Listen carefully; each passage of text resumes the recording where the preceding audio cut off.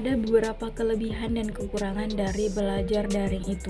Yang pertama, bahwa memang betul dengan belajar daring anak-anak akan lebih efektif dalam arti hemat waktu. Karena dia tidak harus ke kampus, dia tidak harus ke sekolah, cukup belajar di rumah, bahkan di ruang kamar. Namun demikian, belajar daring ini tidak bisa memberikan suatu pemahaman yang utuh terhadap isi materi, meskipun anak-anak itu bisa googling, memilih, atau mencari materi yang relevan dan mungkin bisa dipahami. Namun demikian, pemahaman itu tetap tidak utuh sebagaimana yang didapat dalam proses pembelajaran secara langsung. Karena ketika belajar secara langsung, apapun pengalaman dalam belajar itu, baik itu keraguan-raguan atau ketidaktahuan, itu bisa didapat dari bertanya langsung, baik kepada guru maupun teman yang lainnya.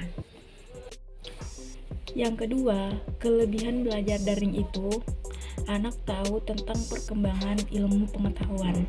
Karena dengan belajar daring ini, mau tidak mau anak harus dipaksa untuk membuka pengetahuan tentang materi-materi atau pelajaran-pelajaran yang diberikan oleh guru. Kemudian, kekurangan dari daring ini adalah yang pertama, bahwa dengan belajar daring ini anak kadang-kadang justru merasa jenuh. Bahkan apalagi sampai membuka pilihan materi yang lain yang diberikan guru saja, itu kadang-kadang kurang dipahami, bahkan tidak mau memahami, apalagi untuk mencari pilihan materi-materi yang lain.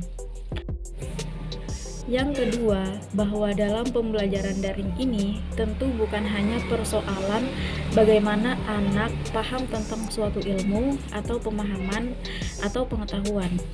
Namun demikian, dalam pendidikan atau proses belajar itu yang tidak kalah penting adalah karakter. Disinilah pada pembelajaran daring ini anak tidak menemukan sebuah karakter. Karena anak hanya disuguhkan materi pembelajaran. Anak kemudian disuruh untuk memahami, tetapi karakter dalam proses sebuah belajar itu tidak didapatkan. Bahkan cenderung karakter yang dimiliki dalam pembelajaran daring ini adalah individualisme. Sementara pada saat belajar secara langsung, anak-anak itu harus saling bekerja sama, harus saling diskusi, harus saling membantu, sehingga karakter dalam belajar secara langsung itu akan terbentuk.